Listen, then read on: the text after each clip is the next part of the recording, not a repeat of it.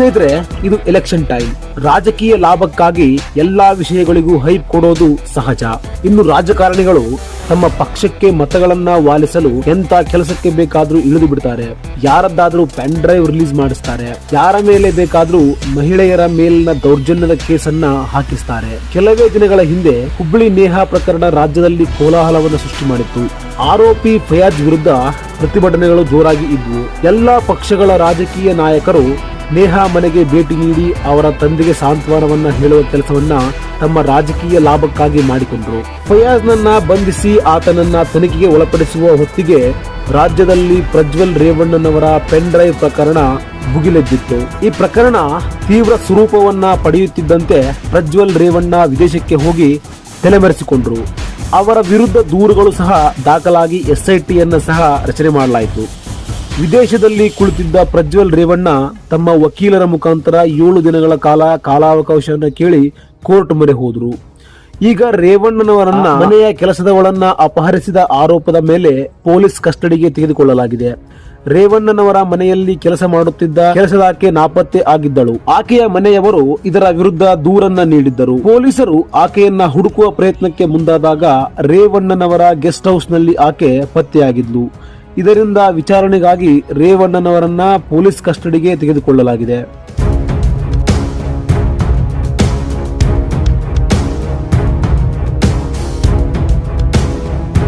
ಇದೆಲ್ಲ ನಡೆಯುತ್ತಿರುವಾಗ ಹುಬ್ಬಳ್ಳಿಯಲ್ಲಿ ಮತ್ತೊಂದು ಪ್ರಕರಣ ಕೋಲಾಹಲವನ್ನ ಸೃಷ್ಟಿ ಮಾಡಿದೆ. ಹುಬ್ಬಳ್ಳಿಯ ಸದ್ದಾಂ ಹುಸೇನ್ ಎಂಬಾತ ಅಪ್ರಾಪ್ತ ಬಾಲಕಿಯನ್ನ ಬಳಸಿಕೊಂಡು ಆಕೆ ಈಗ ಗರ್ಭಿಣಿಯಾಗಿರುವ ವಿಷಯ ಹೊರಬಂದಿದೆ. ಪರಿಶಿಷ್ಟ ಪಂಗಡಕ್ಕೆ ಸೇರಿದ ಇನ್ನೂ 18 ವರ್ಷ ತುಂಬಿರದ ಯುವತಿಯು ಗರ್ಭಿಣಿಯಾಗಿರುವುದು ಅವರ ಮನೆಯಲ್ಲಿ ತಿಳಿದಿದೆ. ಇದಕ್ಕೆ ಕಾರಣ ಯಾರು ಎಂದು ಕೇಳಿದಾಗ ಆ ಯುವತಿ ಸದ್ದಾಂ ಹುಸೇನ್ನ ಹೆಸರನ್ನ ಹೇಳಿದ್ದಾಳೆ. ಯುವತಿಯ ಮನೆಯವರು ಪೊಲೀಸ್ ಠಾಣೆಯಲ್ಲಿ ದೂರನ್ನ ದಾಖಲಿಸಿದ್ದಾರೆ. ಮೊದಲೇ ಆ ಯುವತಿಗೆ 18 ವರ್ಷ ಆಗಿರಲಿಲ್ಲ. ಅದು ಕೂಡ ಕೇಳಿ ಬರುತ್ತಿರೋದು ಮುಸ್ಲಿಂ ಯುವಕನ ಹೆಸರು. ಈ ಪ್ರಕರಣ ತೀವ್ರ ಸ್ವರೂಪವನ್ನ ಪಡೆದುಕೊಂಡು ಬಿಡ್ತು.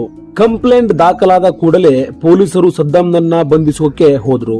ಬಂಧನಕ್ಕೆ ಒಬ್ಬ PSI ಮತ್ತು ಕಾನ್ಸ್ಟೇಬಲ್ ಹೋಗಿದ್ರು. ಸದ್ದಾಂನನ್ನ ಬಂಧಿಸಲು ಹೋಗಿದ್ದ ಪೊಲೀಸರು ಸದ್ದಾಂನನ್ನ ಬಂಧಿಸಲು ಮುಂದಾದಾಗ ಸದ್ದಾಂ ತನ್ನ ಹತ್ತಿರವಿದ್ದ ಪೆನ್ ನೈಫ್ ನಿಂದ ಕಾನ್ಸ್ಟೇಬಲ್ ಅರುಣ್ ಮೇಲೆ ದಾಳಿ ಮಾಡಿದ್ದ. ಇದರಿಂದ ಕಾನ್ಸ್ಟೇಬಲ್ ಅರುಣ್ಗೆ ಭುಜಕ್ಕೆ ಗಾಯವಾಗಿತ್ತು. ನಂತರ ಅದೇ ಪೆನ್ ನೈಫ್ ನಿಂದ ಇನ್ಸ್ಪೆಕ್ಟರ್ ಸಂಗಮೇಶ್ರ ಮೇಲೆ ದಾಳಿ ಮಾಡಿದ್ದಾನೆ. ಅವನ ದಾಳಿಯಿಂದ ಇನ್ಸ್ಪೆಕ್ಟರ್ ಸಂಗಮೇಶ್ಗೆ ಮಂಡಿಯ ಮೇಲೆ ಗಾಯವಾಗಿದೆ. ಅವನ ದಾಳಿಯಿಂದ ತಪ್ಪಿಸಿಕೊಳ್ಳಲು ಇನ್ಸ್ಪೆಕ್ಟರ್ ತಮ್ಮ ರಿವಾಲ್ವರ್ ನಿಂದ ಗಾಳಿಗೆ ಗುಂಡು ಹಾರಿಸಿದ್ದಾರೆ. ಆದ್ರೆ ಸದ್ದಾಂ ಅದಕ್ಕೆ ಮಣಿದಿಲ್ಲ. ಆದ್ರಿಂದ ಸದ್ದಾಂನ ಕಾಲಿಗೆ ಇನ್ಸ್ಪೆಕ್ಟರ್ ಫೈರ್ ಮಾಡಿದ್ದಾರೆ.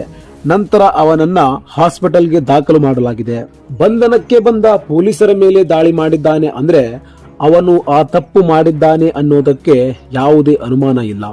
ಇದಾಗಿತ್ತು ಸ್ನೇಹಿತರೆ ಈ ವಿಡಿಯೋ. ಮುಂದಿನ ವಿಡಿಯೋದಿಂದ ಮತ್ತೆ ಸಿಗೋಣ. ಅಲ್ಲಿವರೆಗೂ ಧನ್ಯವಾದ.